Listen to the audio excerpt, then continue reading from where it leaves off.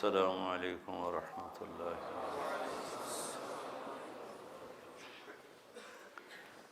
کیسے ہیں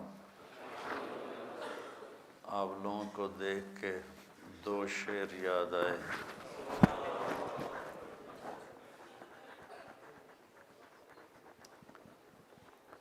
سب سے بڑا افسوس مجھے اس ماحول سے دوری کا ہے،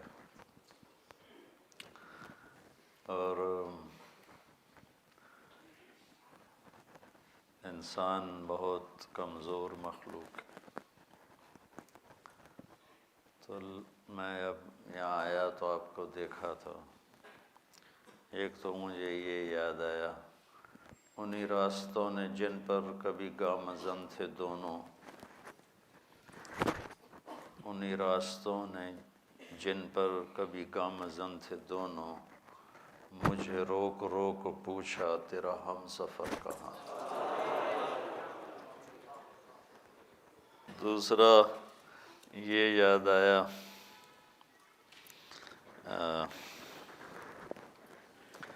میں تمہیں ڈھونڈنے یادوں کی کھلی راہوں پر، میں تمہیں ڈھونڈنے یادوں کی کھلی راہوں پر، خشک پتوں کی طرح روز بکھر جاتا۔ اب لوگوں کی کمی بڑی محسوس ہوئی۔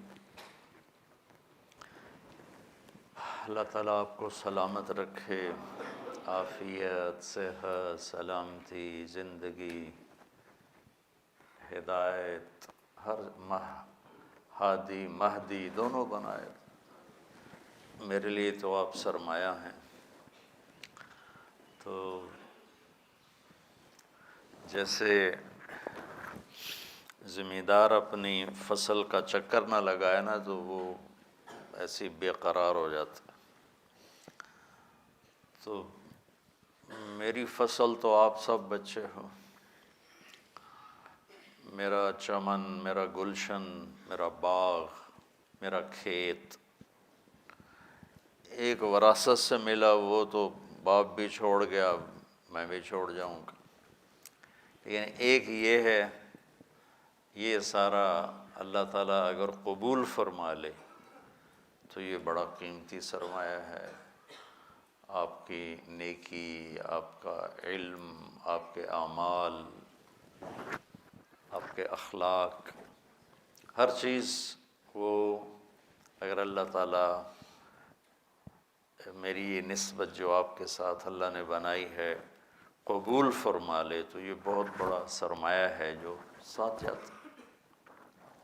اللہ آپ کے علم میں، عمل میں برکت عطا فرمائے۔ آپ سب ٹھیک ہیں، خیریت سے ہیں؟ پڑھائی کیسی جا رہی؟ تو کوئی ایک آدھ حدیث ہم پڑھ لیں تاکہ میرا حصہ تو پڑ جائے۔ کوئی کتاب لے آؤ۔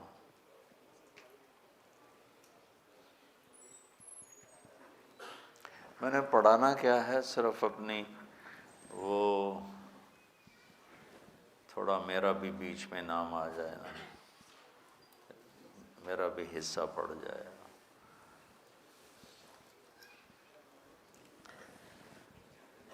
انسان آج کے دور کا ایک ہوتا ہے عمل غلط ہو جائے، علم صحیح ہو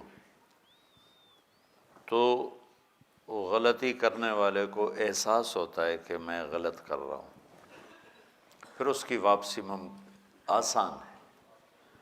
اس سے شدید درجہ ہے کہ عمل بھی غلط ہو اور علم بھی غلط ہو۔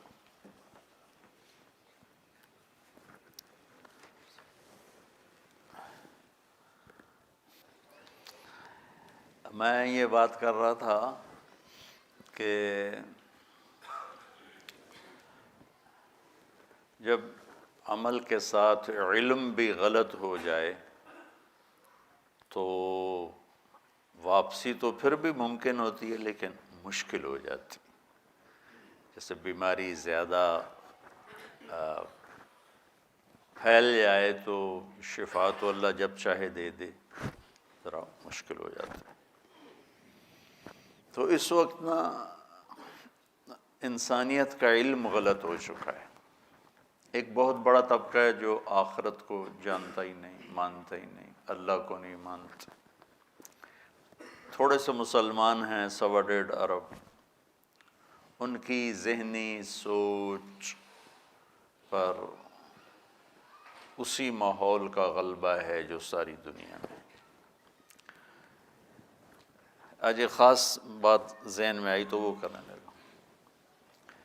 دینی ماحول ہو، دنیاوی ماحول ہو، پیسے والے کو بڑا آدمی سمجھا جاتا ہے، دولت والا، دھن والا، کاروبار والا، عہدے والا، یہ بہت بڑا آدمی، یہ بہت بڑا آدمی۔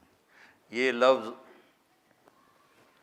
مخصوص ہو گیا ہے مالداروں کے لیے، بڑے تاجروں کے لیے، حکمرانوں کے لیے، افسروں کے لیے، جو بڑے افسر ہیں، یہ بہت بڑا آدمی، بہت بڑا آدمی۔ بچوں، انسان پیسے سے بڑا نہیں بنتا، مالدار بن جاتا ہے۔ انسان عہدے سے بڑا نہیں بنتا، افسر بن جاتا ہے۔ کاروبار سے بڑا نہیں بنتا، تاجر بن جاتا ہے۔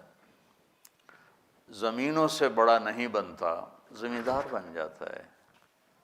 انسان صرف صفات سے بڑا بنتا۔ انسانی صفات انسان کو بڑا بناتی، مرد ہے، عورت ہے، عالم ہے، ان پڑھ ہے، صفات اسے بڑا بناتی ہیں اور اخلاقی پستی اسے چھوٹا بنا دیتی۔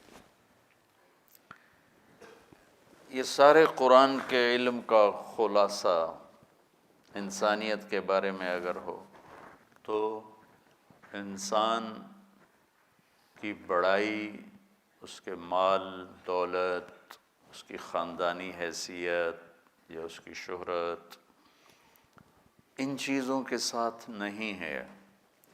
مشہور ہو گیا، مالدار ہو گیا، بڑا افسر بن گیا، طاقتور بن گیا، بڑا زمیندار بن گیا، سیاستدان بن گیا، بادشاہ بن گیا، یہ نسبتیں حاصل ہو گئیں، لیکن یہ وجود بڑا بنے، اس کا تعلق بچوں صرف صفات کے ساتھ، اندر کی صفات کے ساتھ۔ جو سلطان باہو رحمۃ اللہ علیہ کا شعر ہے، دل دریا سمندروں ڈوگے، کون دلاں دیا جانے ہو، وچے بیڑے وچے جھیڑے، وچے ونج مہانے ہو، کہ جو کچھ بھی ہے نا، یا ذرا آسان کر کے بتاؤں اقبال کا رحمۃ اللہ علیہ، اپنے من میں ڈوب کر پا جا سراغ زندگی، یہ ہے، یہ اسی کا ترجمہ ہے آسان الفاظ میں، اپنے من میں ڈوب کر پا جا سراغ زندگی۔ انسان کی عظمت، بلندی اللہ کی بارگاہ میں، اور انسانوں کے بھی جن کی صحیح سوچ ہے، صرف صفات سے۔ آپ اچھے مقرر بن گئے، اچھے مدرس بن گئے، اچھے مصنف بن گئے، بہت سی نسبتیں جس لائن پر آپ چل رہے ہیں یہ اس کا حصہ آتی ہیں۔ کوئی مدرس اچھا بن جاتا ہے، کوئی مصنف بن جاتا ہے، کوئی خطیب بن جاتا ہے، کوئی ادیب بن جاتا ہے، کوئی شاعر بن جاتا ہے، کوئی انشاء پرداز بن جاتا ہے، کوئی اچھا درس دینے والا بن جاتا ہے، کوئی اچھی تقریر کرنے والا بن جاتا ہے۔ بچوں، یہ بڑی سطحی چیزیں ہیں، واللہ العظیم یہ بڑی سطحی چیزیں ہیں۔ انسان کو عظمتوں تک پہنچانے کا ایک ہی راستہ ہے، وہ ہے صفات اور اخلاق۔ افمن یعلم انما انزل الیک من ربک الحق کمن هو اعمی انما یتذکر اولو الالباب۔ اندھا اور جاننے والا کبھی برابر ہو سکتے ہیں؟ عقل والے ہی نصیحت پکڑتے ہیں، وہی بڑے لوگ ہوتے ہیں۔ وہ کون ہوتے ہیں؟ الذین یوفون بعہد اللہ، جو اللہ کے سے کیے ہوئے وعدے نبھاتے ہیں، ولا ینقضون المیثاق، جو لوگوں سے کیے ہوئے عہد و پیمان بھی نبھاتے ہیں، والذین یصلون ما امر اللہ بہ ان یوصل، جو اپنے رشتہ داروں کے ساتھ اچھا سلوک کرتے ہیں چاہے وہ برا ہی کریں، وَيَخْشَوْنَ رَبَّهُمْ، جو اللہ سے حیا کرتے ہیں، وَيَخَافُونَ سُوءَ الْحِسَابِ، جو حساب کی شدت سے ڈرتے ہیں، وَالَّذِينَ صَبَرُوا ابْتِغَاءَ وَجْهِ رَبِّهِمْ، جو اللہ کی رضا کے لیے صبر کرتے ہیں، وَأَقَامُوا الصَّلَاةَ، اور نماز پڑھتے ہیں، وَأَنفَقُوا مِمَّا رَزَقْنَاهُمْ سِرًّا وَعَلَانِيَةً، اور چھپ کے کھل کے دونوں حال میں اللہ کے نام پر خرچ کرتے ہیں، وَيَدْرَؤُونَ بِالْحَسَنَةِ السَّيِّئَةَ، سبحان اللہ، سوری آخر میں ایک جملے میں سارا خلاصہ کر دیا، جو برائی کا جواب اچھائی سے دیتے ہیں، اولئک لہم عقبی الدار، یہ ہیں بڑے مقام والے، یہ ہیں بڑے مرتبے والے۔ یہ بچوں قرآن کا پیغام ہے کہ انسان کو جو چیز بڑا بناتی ہے وہ اس کی اندر والی صفات، پیسہ، دولت، دھن، یہ سب سطحی چیزیں ہیں، سب وقتی چیزیں ہیں، ان کی ضرورت ہے، یہ ضرورت کی چیزیں ہیں، اس کا انکار نہیں ہے، لیکن بچوں یہ معیار انسانیت نہیں ہے، یہ بات آپ کو سمجھانا چاہتا تھا۔ یدرؤون بالحسنۃ السیئہ، یہ سبق آپ سیکھ لو کہ برائی کا جواب اچھائی سے دینا سیکھ لو، زبان سے بھی قلم سے بھی۔ کل کو آپ صاحب قلم بن جائیں تو آپ کا قلم ایسا شدید ہو جائے۔ مفتی تقی صاحب نے اس ویڈیو کے جواز کا فتویٰ دیا، بہت بڑی شخصیت ہے، اس کا رد ایک مولانا صاحب نے کیا، وہ مضمون میں نے پڑھا۔ مفتی تقی صاحب پاکستان کا نہیں، پوری دنیا کے مسلمانوں کا قیمتی سرمایہ ہے، بہت بڑی شخصیت ہے، ٹھیک ہے۔ کسی عام آدمی سے بھی اختلاف کرنا ہو تو زبان کو بھی سنبھال کے بولو، اور اللہ قلم دے تو قلم سے بھی سنبھل کے لکھو۔ لیکن انہوں نے بس ان کو گالیاں نہیں نکالی مفتی صاحب کو، باقی انہوں نے کسر نہیں چھوڑی، حالانکہ خود ایک مدرسے میں مدرس تھے، مفتی تھے، حدیث پڑھاتے تھے، یہ ساری چیزیں پیچھے رہ گئیں اور قلم کی بد اخلاقی نے داغدار کر دیا۔ اتنے بڑے آدمی سے میں اختلاف کرنے جا رہا ہوں، کچھ تو میں خیال کروں۔ بڑے آدمی کو بچوں چھوڑو، جس کو اللہ نے انسان بنایا ہے وہ مسلم ہے، کافر ہے، ہم خیال ہے، مخالف خیال ہے، اپنا ہے، پرایا ہے، مسلم ہے، غیر مسلم ہے، اس کو عزت دینا یہ اخلاق کا تقاضا ہے، یہ انسانی اخلاق کی معراج ہے کہ آپ کو اگلے کو عزت دینا ہے۔ یہودی کا جنازہ گزرا اور میرے نبی کھڑے ہو کے، لوگوں نے کہا جی یہودی ہے، ہم نے کہا معلوم ہے، یہودی کا جنازہ گزرا، میرے نبی کھڑے ہو کے۔ اللہ کے واسطے بچوں سیرت سے اثر لینا سیکھو، ماحول میں جو ہو رہا ہے اس کو آگ لگا دو، سیرت سے اثر لو کہ میرے نبی کی زندگی کیسی تھی، میرے نبی نے کیا اخلاق دکھائے، کس طرح غیر کو اپنا بنایا۔ یہودی بچہ بیمار ہوا ہے، 7 میل پیدل گئے پوچھنے کے لیے، اور اس کی ہدایت کا ذریعہ بن کے وہ آگے مر رہا تھا، تو آپ نے کہا یا غلام قل لا الہ الا اللہ، تو اس نے ایسے اپنے باپ کو دیکھا، انہوں نے کہا اطیع ابا القاسم، مان لے اس کی، تو کلمہ پڑھا اور جان نکل گئی۔ تو آپ اتنے خوش ہوئے، آپ نے فرمایا الحمدللہ الذی انقذہ بی من النار، یا اللہ تیرا شکر ہے اس نے، تو نے اسے میرے ذریعے سے جہنم سے بچا دیا۔ تو آپ سیرت تو دیکھو آپ کیا کر رہے ہیں۔ طائف والوں نے پتھر مار مار کے لہو لہان کر دیا تھا، اور آپ نے ان کا کتنا استقبال کیا۔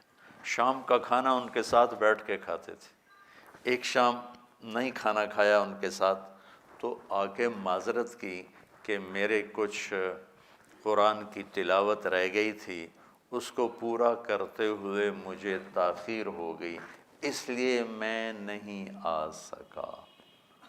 حضرت عائشہ نے پوچھا یا رسول اللہ آپ کو سب سے زیادہ تکلیف کہاں پہنچی؟ تو آپ نے فرمایا طائف، سب سے زیادہ تکلیف ہوئی۔ آپ نے ان کے ساتھ کیا کیا؟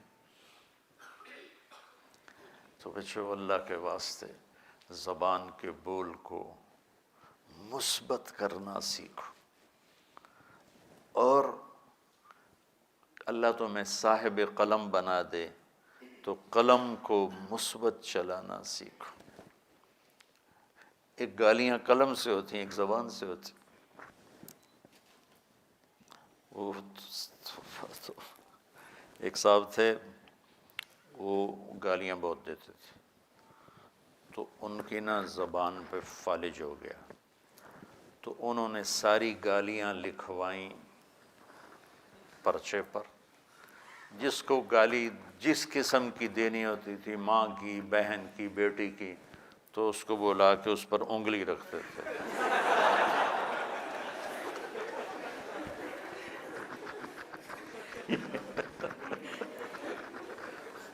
اللہ اس کی بخشش فرمائے، بھائی بجائے اس کے کہ وہ توبہ کرے کہ میں گالیاں دے دے میری زبان پہ فالج آ گیا، یہ کرتا تھا سارا دن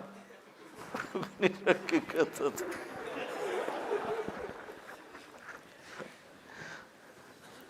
تو بچوں کیا ہے تمنا آبرو کی ہے اگر گلزار ہستی میں، تو کانٹوں سے الجھ کر زندگی کرنے کی خو کر لے۔ اللہ اقبال کی قبر روشن کرے، ایسا شاعر 15 صدی میں نہیں پیدا ہوا۔ کیا خوبصورت بات کی کہ اگر عزت اور آبرو کے ساتھ رہنا ہے تو کانٹوں کو سہنا سیکھ لو۔ کانٹوں کا چبھنا زندگی کا لازمی حصہ ہے۔ آپ کہو زندگی کی شاہراہ میں آپ کو کانٹے نہ ملیں، یہ نہیں ہوگا، یہ ملیں، بس انہیں سہنا سیکھ لو۔ میں بیان میں کہا کرتا ہوں بچوں کو ہم بولنا سکھاتے ہیں، انہیں بولنا سکھاؤ، اور بڑوں کو چپ رہنا سکھاؤ کہ چپ رہنا بھی سیکھنے کی چیز ہے۔ اور خاص طور پر ایک فارسی کا محاورہ ہے، مولوی عام باشد کے چپ نہ شود۔ مولوی اسے کہتے ہیں جو چپ نہ ہو، جس سے بولنا ہی بولنا ہے، چاہے اسے خود بھی سمجھ میں نہ آ رہا ہو کہ میں کیا کہہ رہا ہوں۔ تو بچوں میری گزارش یہ ہے چپ رہنا سیکھو، بڑی سے بڑی ناگواری کو پی جاؤ، سہ جاؤ، تو کانٹوں سے الجھ کر زندگی کرنے کی خو کر لے۔ جو لوگوں کے منفی رویوں کو برداشت کرے گا، بیوی سے، بچے سے، بھائی سے، بہن سے، بیٹے سے، چھوٹے سے، بڑے سے، جہاں سے بھی کانٹا آ رہا ہے اسے اپنی ترقی کا ذریعہ سمجھ کے برداشت کرے گا، نکال کے اپنے سفر پہ گامزن ہو جائے گا۔ تو اللہ تعالیٰ کا ایسا غیبی نظام اس کے ساتھ چلے گا کہ ساری دنیا دیکھے گی۔ ہمارے ماحول میں منفی بولنا، منفی لکھنا بہت زیادہ ہو گیا۔ بچوں، اللہ کے واسطے لوگوں کے لیے باعث رحمت بن جاؤ، لوگوں کے لیے محبت بن جاؤ، پیغام محبت بن جاؤ۔ نہ ہمیں موافقت کرنی آتی ہے، نہ مخالفت کرنی آتی۔ مخالفت سے مراد اختلاف۔ جس کی موافقت کرتے ہیں اس کو جنید بغدادی بنا دیتے ہیں، اور جس کی مخالفت کرتے ہیں، اختلاف کرتے ہیں، اس کو شیطان بنا دیتے ہیں۔ اختلاف کرنے والے کی ساری نیکیوں پہ پانی پھیر دیتے ہیں، اتفاق کرنے والے کی ساری برائیوں کی تعویل کرنا شروع کر دیتے ہیں۔ وَكَانَ بَيْنَ ذَلِكَ قَوَامًا۔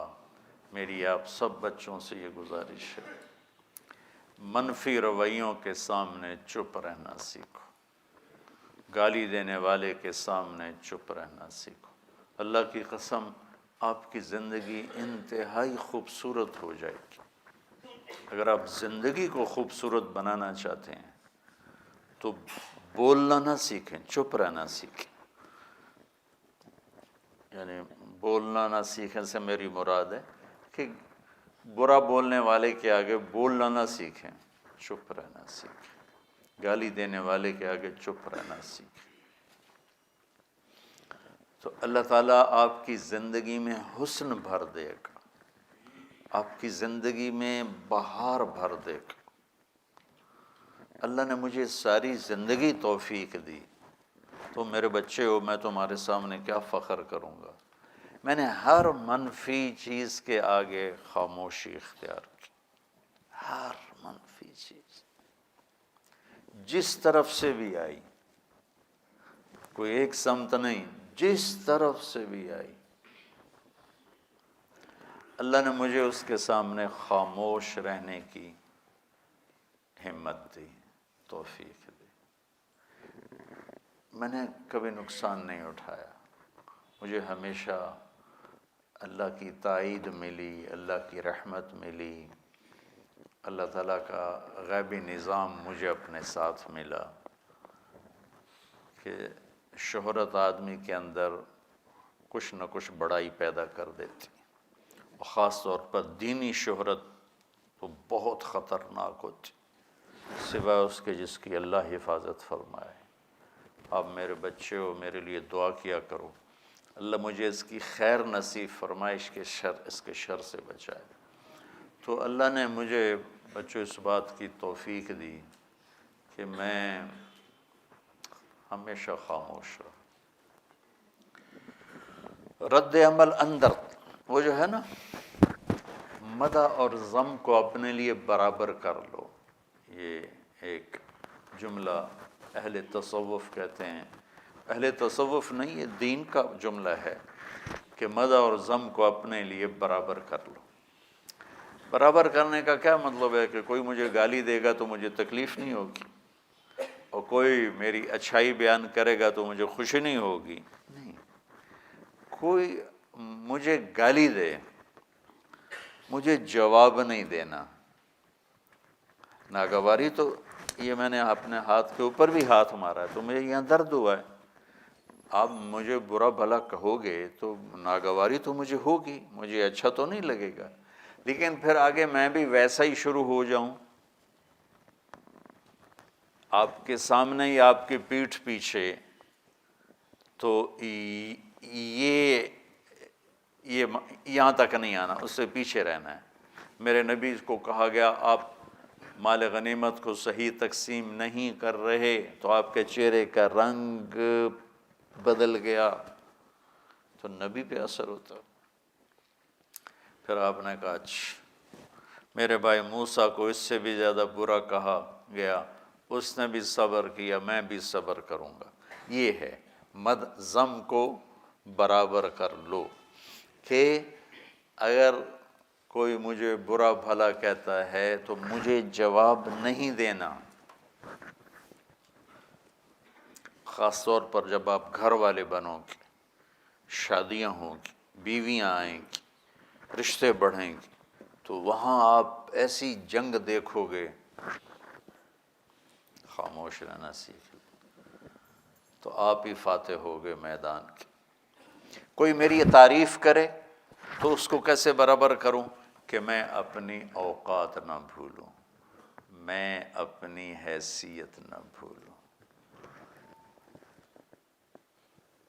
اچھی لگتی ہے لیکن میں اپنے آپ کو بھول نہ جاؤں کہ لوگوں کی تعریف پر میں سمجھوں کہ شاید میں بھی ایسا ہی ہوں جیسے یہ کہہ رہے ہیں، بلکہ مجھے اپنی اوقات یاد رہے۔ حضرت سلمان فارسی سے قریش کہنے لگے ہم قریشی ہیں تو فارسی ہے، تو سلمان فارسی رحمۃ اللہ علیہ نے فرمایا کہ بھائی میں تو کچھ بھی نہیں ہوں، میری ابتدا ہے نطفۃ نجسہ اور میری انتہا ہے جیفۃ منتنہ۔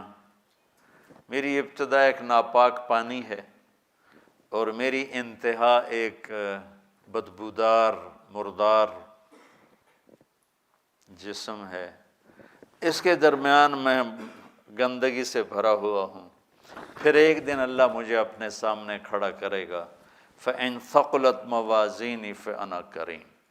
اس دن اگر میری نیکیاں بڑھ گئیں تو پھر میں بڑا عزت والا ہوں، وَإِن خَفَّتْ مَوَازِينِي فَأَنَا لَئِيمٌ۔ اور اگر میری نیکیاں گھٹ گئیں تو پھر میں بڑا ذلیل ہوں، خوار ہوں۔ اب بالکل یہی چیز ابو ذر غفاری رضی اللہ تعالیٰ عنہ کو کسی نے برا بھلا کہا تو فرمانے لگے بیٹا آگے ایک گھاٹی آ رہی ہے، اگر تو میں پار کر گیا پھر تو تیری گالیوں کی مجھے پرواہ کوئی نہیں، اور اگر میں اس میں گر گیا تو تم جو کہہ رہے ہو میں اس سے بھی زیادہ کا حقدار ہوں۔ یہ میں آپ میں پیدا کرنا چاہتا ہوں۔ یہ وہ سودا ہے بچوں جو بازار میں ہے نہیں، آپ لے لو۔ جیسے بازار میں کسی ایک دکاندار کے پاس سودا ہو اور کسی کے پاس نہ ہو۔ ابھی چند دن پہلے ہی وہ ہمارا ایک عزیز دوست ہی ہے، بچہ ہی ہے چھوٹا، کہا مولانا وہ میرے پاس فلاں چیز تھی، کئی ٹنوں کے حساب سے پڑی تھی، تو 200 روپے من، تو گورنمنٹ نے اس پہ لگا دی پابندی کہ وہ آ نہیں سکتی، وہ صرف میرے پاس ہے، تو وہ میری اب کروڑوں میں بک رہی ہے۔ کیا ہوا کہ ایک ہی آدمی کے پاس ہے اور پوری منڈی میں کسی کے پاس نہیں ہے، قیمت بڑھ گئی۔ جو میں آپ کو یہ نصیحت کر رہا ہوں، یہ باہر کے بازار میں کوئی نہیں ہے، کوئی چپ نہیں رہتا، کوئی زبان کو سنبھال کے نہیں بولتا، ہر کوئی ایک کے جواب میں 10 کہنے کے مزاج کا ہے۔ آپ وہ کیا نام تھا ان کا، احنف بن قیس رضی اللہ تعالیٰ عنہ، ان کو ایک شخص کہنے لگا ایک سناؤ گے 10 سنو گے مجھ سے؟ کہنے لگے تو مجھے 100 سنائے گا نا تو میری طرف سے ایک بھی نہیں سنے گا، میری طرف سے ایک بھی نہیں سنے۔ ان کا حلم بڑا مشہور تھا۔ ایک آدمی ان کو برا بھلا کہے جا رہا تھا اور وہ چل رہے تھے، سامنے قریب آ گیا شہر تو کھڑے ہو گئے، کہنے لگے میرے بھائی یہاں شہر میں سارا میرا قبیلہ رہتا ہے، یہ ساری باتیں اگر انہوں نے سن لی نا تو تیری بڑی ٹھکائی کریں گے، تو ایسا کر جو سنانا ہے نا میں کھڑا ہوں یہیں سنا لے، تاکہ تیرا سارا سٹاک جب ختم ہو جائے گا پھر میں چلا جاؤں گا۔ تو وہ پاؤں پڑ کے معافی مانگنے لگ گیا۔ یہ چاہتا ہوں آپ سب سے اللہ آپ کو اس کی توفیق دے، اللہ مجھے بھی اس کی توفیق دے۔ بسم اللہ الرحمن الرحیم، والصلاة والسلام علی رسولہ الکریم وعلی آلہ وصحبہ اجمعین۔ عن معاذ رضی اللہ تعالی عنہ قال قلت یا رسول اللہ اخبرنی بعمل یدخلنی الجنہ ویباعدنی من النار۔ معاذ بن جبل عرض کرتے ہیں کہ میں نے عرض کی یا رسول اللہ مجھے کوئی عمل بتائیں جو جنت میں پہنچا دے اور جہنم سے دور کر دے۔ قال لقد سألت عن امر عظیم، آپ نے فرمایا معاذ تو نے بہت بڑی بات پوچھی ہے۔ وَإِنَّهُ لَيَسِّيرٌ عَلَى مَنْ يَسَّرَهُ اللَّهُ، اور اللہ جس پہ آسان کرے گا اس کے لیے آسان ہو جائے گا۔ اور بھی پھر لوگ سنتے ہیں اس لیے ترجمہ کر رہا ہوں۔ تعبد اللہ ولا تشرک بہ شیئا، سب سے پہلا سبق کہ اللہ کی ذات میں شریک نہیں ٹھہرانا اور اللہ کی اطاعت کرنی ہے، عبادت بندگی، ہر لمحے میں اس کی مان کے چلنا۔ ولا تشرک بہ شیئا، اور اس کی ذات میں کسی کو شریک نہ ٹھہرانا۔ یہ ایک ایسا جرم ہے جو اللہ نے کہا ہے کہ ان اللہ لا یغفر ان یشرک بہ ویغفر ما دون ذلک لمن یشاء۔ اس لیے کبھی کسی کی برائی دیکھ کر اس کی حقارت دل میں نہ لانا۔ اس کا مسلمان ہونا بہت بڑی خیر ہے، پتہ نہیں کب توبہ کر لے، یا وہ توبہ نہ کرے اور پتہ نہیں کب اللہ اس کی کسی بات کو پسند کر کے کہے جاؤ معاف کیا، کیونکہ معاملہ کریم ذات کے ساتھ ہے نا۔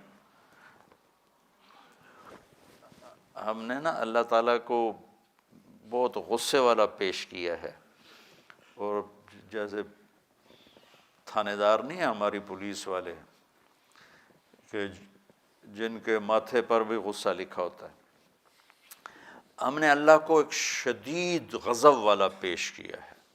لوگ ڈرے ہوئے ہیں، سہمے ہوئے ہیں۔ یہ ہم سے مراد ہے ہمارے خطیبوں نے، اکثر خطیبوں نے۔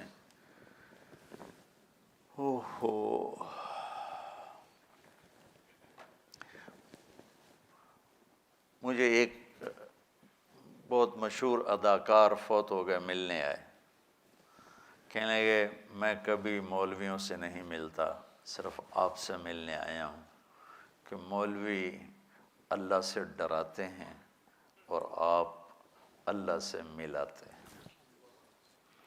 میں نے کہا آپ کا بڑا احسان ہے اگر آپ نے یہ سمجھا ہے تو۔ اللہ تعالیٰ کے 99 صفاتی نام ہیں، 99 ہیں تو لامحدود، جو ترمذی شریف کی روایت میں آئے اور ابن ماجہ میں، ان للہ 99 اسما، اس میں صرف ایک نام المنتقم، یہ تو ہے غضب والا، غصے والا۔ باقی تو 98 نام رحمت ہی رحمت، بادشاہی، شہنشاہی، مغفرت، خزانوں والا، ملک والا۔ ایک چھری اگر کور میں ہو تو نہیں کاٹے گی نا، تلوار کور میں ہو، نیام میں ہو تو نہیں کاٹے گی، چاقو بند ہو نہیں کاٹے گا۔ بے شک اللہ کی جہنم بھی ہے اور اس نے نافرمانی پہ جہنم کا فیصلہ بھی کرنا ہے۔ تم دیکھو میرے نبی المنتقم کو لائے کہاں، تو یہ توقیفی نام ہے نا، اللہ کے نبی نے جیسے بتایا ویسے۔ العفو، الرؤوف، البر التواب، ادھر البر اور التواب، ادھر العفو اور الرؤوف، یہاں ہے المنتقم۔ سبحان اللہ۔ اب تم مولویوں نے لوگوں کو اتنا ڈرایا ہے کہ جیسے جنت ہے ہی کوئی نہیں۔ العفو الرؤوف، سبحان اللہ، مہربان درگزر کرنے والا، البر التواب، نیکی کو قبول کرنے والا، توبہ کو قبول کرنے والا۔ ادھر بھی دو نام رحمت کے، ادھر بھی دو نام رحمت کے، اور اس کے بیچ میں ہے یہ دیکھو بند ہو گیا المنتقم۔ اب اس کی تائید میں تمہیں حدیث سناؤں، ان رحمتی سبقت، بولو، میری رحمت میرے غضب سے آگے چلی گئی۔ اور قرآن سنو، رحمتی وسعت، میری رحمت ہر چیز پہ چھا گئی۔ لوگوں کو خوشخبریاں سناؤ، امیدیں دلاؤ۔ کتنے لوگ ملتے ہیں کہا جی ہمیں بھی جنت کی امید لگ گئی، آپ کے بیان سن سن کر ہمیں جنت کی امید لگی، ہمیں اللہ سے پیار ہو گیا، ہم تو اتنا ڈرے ہوئے تھے، سہمے ہوئے تھے کہ ہر چھوٹی چھوٹی بات پہ دوزخ دوزخ دوزخ دوزخ۔ اور معاملہ اس ذات سے ہے جو کہتا ہے اتنے گناہ کر کے زمین سے اٹھا کے آسمان کو لگا دے اور ایک دفعہ کہہ دے یا اللہ معاف کر تو سارے معاف کر دوں۔ تو بچو، مشرک کو کی بھی نفرت دل میں نہ لاؤ کہ پتہ نہیں کب توبہ کر لے۔ نفرت والا چیپٹر اپنی زندگی سے نکال دو۔ تو آپ نے فرمایا اللہ کی بندگی کر اور شرک نہ کر، وَتُقِيمُ الصَّلَاةَ، اور نماز کو قائم کر۔ تو تعبد اللہ 24 گھنٹے کا مطالبہ ہے، تقیم الصلاۃ 5 وقت کا مطالبہ ہے، تعبد اللہ ہے یعنی اللہ کا غلام بن جا، نوکر بن جا، ہر وقت وہ کر جو اللہ تجھے کہتا ہے، اور کبھی اس کے خلاف ہو جائے تو معافی مانگ لو، وہ پھر معاف بھی کر دیتا ہے۔ تقیم الصلاۃ، اور نماز قائم کر، وتؤتی الزکوٰۃ، اور زکوٰۃ ادا کر۔ اگر تم پر زکوٰۃ فرض نہ بھی ہونا تو بھی اللہ کے نام پہ کچھ نہ کچھ خرچ کیا کرو، تاکہ تم اللہ کے دربار میں سخی بن جاؤ۔ اللہ کی بخیل سے دوستی کوئی نہیں، اور سخی سے دوستی توڑتا نہیں۔ شیطان کہتا ہے مجھے سخی نافرمان سے ڈر لگتا ہے، پتہ نہیں کب بخشا جائے، اور بخیل عبادت گزار کا کوئی خوف نہیں کہ ضرور اس کا بخل اس کو جہنم میں لے کے جائے گا۔ تو سخی بنو، اللہ تعالیٰ کو سخاوت پسند ہے۔ تو زکوٰۃ فرض ہے، نہیں تمہارے پاس کچھ، سبق درہم مئۃ الف درہم، یہ حدیث سن، سبق درہم، بولو، 1 روپے کا ثواب 1 لاکھ روپے سے بڑھ گیا۔ صحابہ نے پوچھا وہ کیسے بڑھ گیا؟ آپ نے کہا ایک کے پاس 2 روپے، ایک کے پاس لاکھوں روپے، لاکھوں والے نے 1 لاکھ خرچ کیا، 2 روپے والے نے 1 روپیہ خرچ کیا، 2 روپے والے نے اپنا آدھا مال دے دیا، لاکھوں والے نے اپنا 1000واں حصہ دیا، تو وزن میں 1 روپے کا قیامت کے دن وزن زیادہ ہو جائے۔ تو آپ اکثر تنگ دستی دیکھتے ہو، متوسط طبقے سے ہو، 4 آنے بھی فالتو میں دینا سیکھو، سخاوت کرنا سیکھو۔ بخیل سے اللہ تعالیٰ، وہ ایک دفعہ ایک بنی اسرائیل کے عابد کو شیطان ملا، تو اس نے کہا تیرے یار کتنے ہیں؟ کہنے لگا 3، شرابی، غصے والا اور بخیل، اور کہنے لگا اگلی بتاؤں؟ اگر یہ تینوں باتیں کسی کم بخت میں ہو جائیں تو وہ میرا استاد ہوتا ہے، میں اس کا شاگرد ہوتا ہوں وہ میرا استاد بن جاتا ہے۔ تو بچوں اللہ سے مانگا کرو کہ اللہ تعالیٰ تمہیں سخی بنائے۔ اچھا، ایک صحابی کہنے لگے یا اللہ تیرا نبی کہتا مال لگاؤ، میرے پاس تو کچھ ہے نہیں، جس نے میری بے عزتی کی میں نے سب کو معاف کیا، میری یہی سخاوت قبول فرما۔ تمہیں آخری درجہ بتا رہا ہوں، میں تمہارے پاس کچھ بھی نہیں ہے، تو آخری درجے تک کا بھی مجھے ابھی اچانک یاد آ گیا۔ جب وہ صبح نماز میں آئے تو آپ نے کہا من المتصدق البارحہ، رات صدقہ کس نے کیا بھائی؟ سارے چپ رہے، وہ بھی نہیں بولا۔ آپ نے کہا من المتصدق بعرضہ البارحہ، رات کو اپنی عزت کا صدقہ کس نے کیا؟ پھر وہ کھڑے ہو گئے کہ یا رسول اللہ، میں نے کہا پیسہ تو ہے کوئی نہیں، چلو ایہی کریے۔ تو آپ نے کہا کہ تیرا یہ صدقہ مقبول صدقات میں اللہ نے قبول فرما لیا۔ تو صرف تو زکوٰۃ سے جان نہ چھڑایا کرو، ہمارے اوپر تو فرض ہی کوئی نہیں۔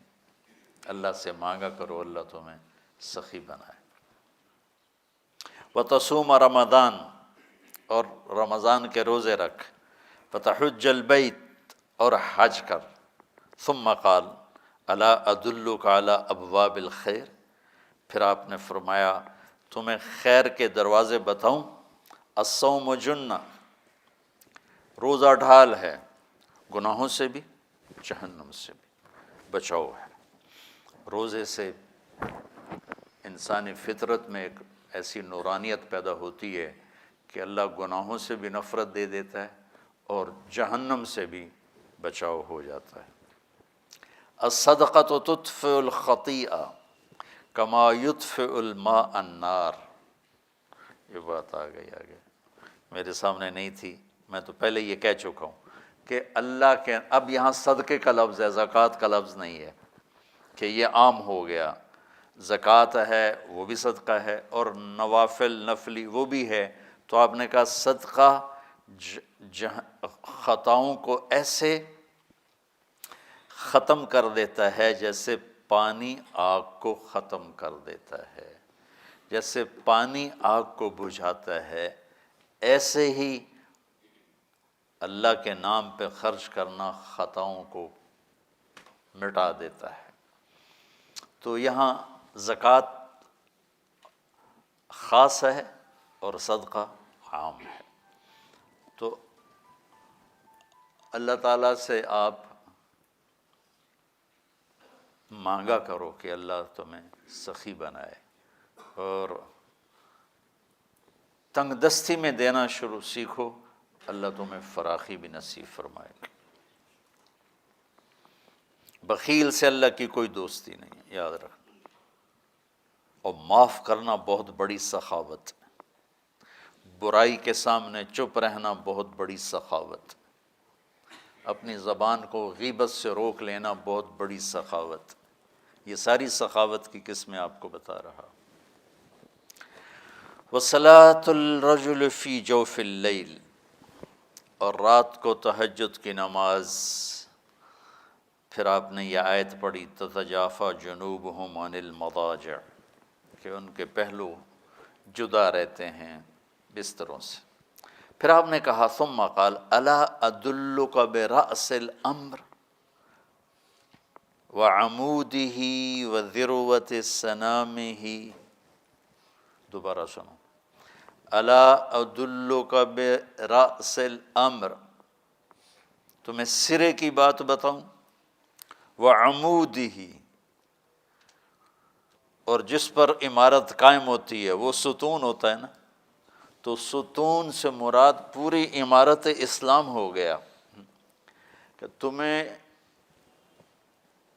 سرے کی بات بتاؤں راس الامر، اور تمہیں ستون بتاؤں یعنی پوری عمارت جس پر قائم رہے وہ عمل بتاؤں، وذروۃ سنامہ، وہ سب سے اوپر درجے کا عمل بتاؤں، اونٹ کی کوہان سنام ہوتی ہے نا، تو اس کی بلندی کو، سب سے اونچا عمل بتاؤں؟ قلت بلا یا رسول اللہ، کہا یا رسول اللہ ضرور. تو آپ نے فرمایا راس الامر الاسلام، سرے کی بات تو ہے اسلام، وعمودہ الصلاۃ، اور اس کا ستون ہے نماز، وذروۃ سنامہ الجہاد، ذروۃ سنامہ الجہاد، اور اس کی سب سے اونچی چیز ہے جہاد. پھر آپ نے کہا الا اخبرک بملاک ذلک کلہ،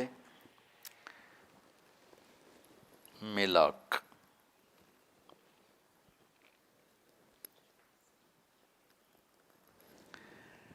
ساری چیز کا خلاصہ بتاؤں، جتنی تمہیں نصیحت کی ہے اس ساری کا نچوڑ بتاؤں؟ الا اخبرک بملاک ھذا کلہ، بملاک ذلک کلہ، میں تمہیں ساری نصیحت کا خلاصہ بتاؤں؟ یہ حدیث میں بہت سناتا رہتا ہوں، میں تمہیں ساری نصیحت کا خلاصہ بتاؤں؟ قلت بلا یا نبی اللہ، میں نے کہا یا رسول اللہ ضرور بتائیں. فأخذ بلسانہ، اللہ اکبر، یہ مضمون پہلے میں آپ سے بیان کر چکا ہوں. فقال کف علیک ھذا، معاذ، اسے قابو میں رکھنا، اپنے اوپر قابو پانا. اچھا، آپ یہ بھی تو کہہ سکتے تھے نا کف لسانک، اپنی زبان پہ قابو رکھا کر، یہ کیوں کیا؟ اس طرح عملی طور پہ کیوں کیا؟ اور کس کو؟ معاذ کو. معاذ کون ہے؟ آپ نے کہا قیامت کے دن میری امت کے علماء کا جھنڈا معاذ بن جبل کے ہاتھ میں ہوگا. اتنے بڑے آدمی کو کسی کو الوداع کرنے کے لیے 7 میل سفر نہیں کیا. واحد صحابی ہیں معاذ، ان کو یمن بھیجا حج کے بعد، تو ان کو چھوڑنے کے لیے آپ نے 7 میل جرف تک ساتھ گئے، جرف تک. اور یہ واحد صحابی ہیں جن کو آپ نے کہا یا معاذ انی احبک. اتنے بڑے آدمی کو سمجھا رہے ہیں جیسے چھوٹے بچوں کو نہیں سمجھاتے. تصویر بنائی، ایکشن کیا، اس کی شکل بنا کر کہا کیوں؟ بولو کیوں کیا ایسا؟ ہاں جی، بہت مشکل کام ہے، اس لیے تصویر بنائی کہ بہت مشکل کام ہے. میں کتنا صبر کرتا، میں بھی تو انسان ہوں، سنتے نہیں ہو یہ بات؟ میں کوئی پتھر ہوں؟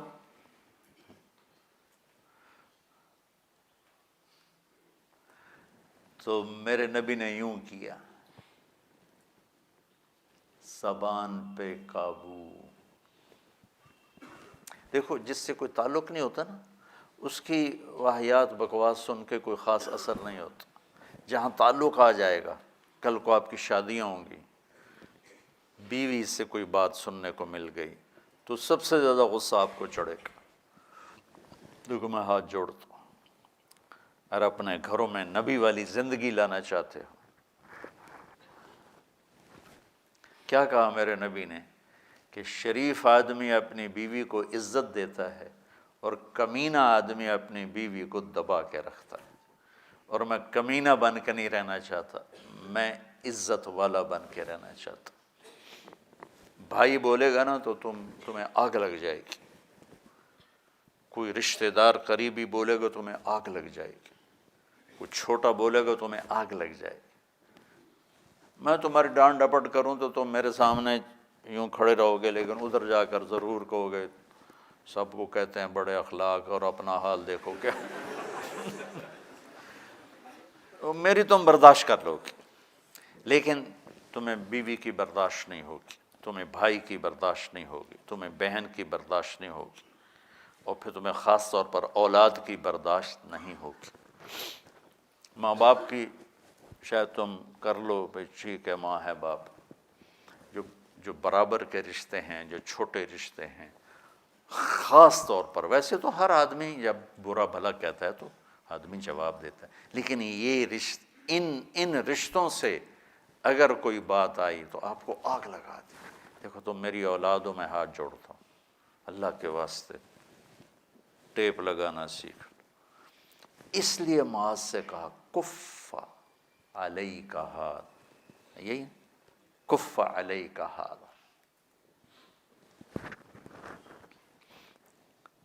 وہ کہتے ہیں یا نبی اللہ انا لمؤاخذون بما نتکلم بہ، یا رسول اللہ جو ہم بولتے ہیں اس کا بھی حساب ہے؟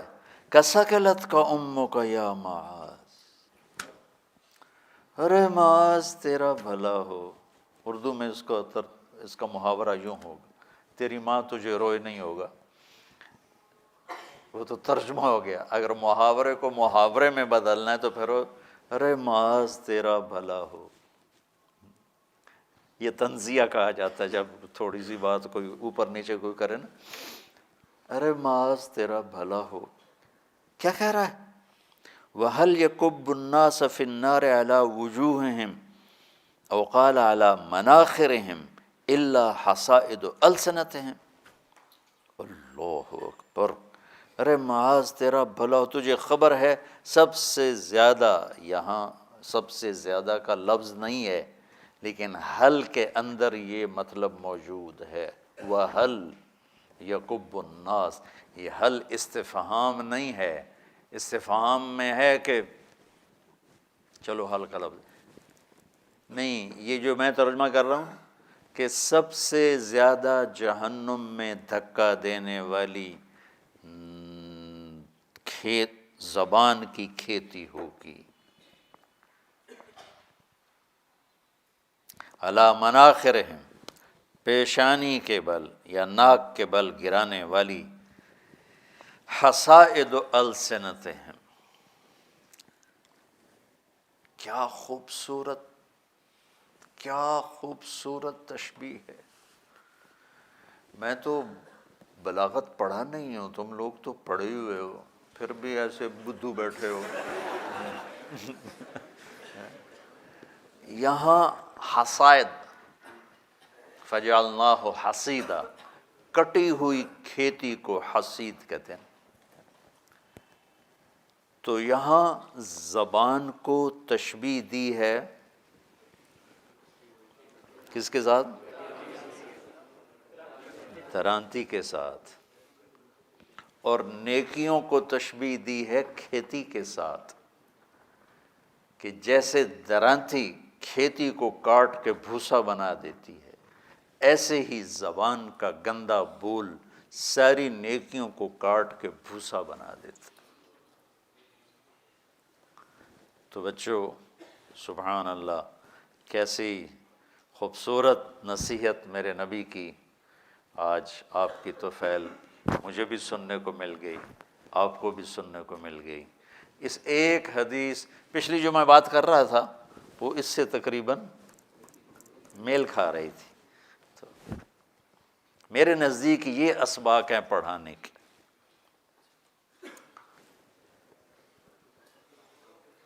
کوئی رفع یدین چھوڑنے سے جہنم میں تو نہیں جائے گا نا،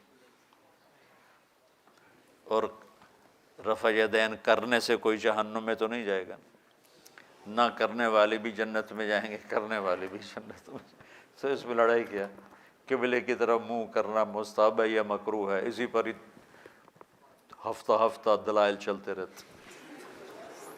حالانکہ مطلب کتنی یہ ظلم والی بات ہے۔ میں چونکہ علماء یہ کرتے ہیں تو اس لیے میں ظلم کا لفظ استعمال کر رہا ہوں بڑے ادب کے ساتھ۔ کتنی ظلم والی بات. ایک وہ نو مسلم مسلمان ہوا تو پیشاب کرنے لگا تو ادھر منہ کرتا, وہ ادھر قبلہ ہے قبلہ, اس نے ادھر منہ کیا, وہ ادھر پرانا قبلہ ہے پرانا قبلہ, اس نے ادھر منہ کیا, کو قبلے نو کنڈ ہو گئی کنڈ ہو گئی, پھر اس نے ادھر منہ کر کے پیشاب کیا. جب وہ گھر گیا تو بیگم بھی مسلمان ہو گئی, تو کہنے لگی بسم اللہ بسم اللہ, کہنے لگا بسم اللہ تا کر رہے ہیں تو پیشاب کر دی واری تینوں لگ پتہ جانا.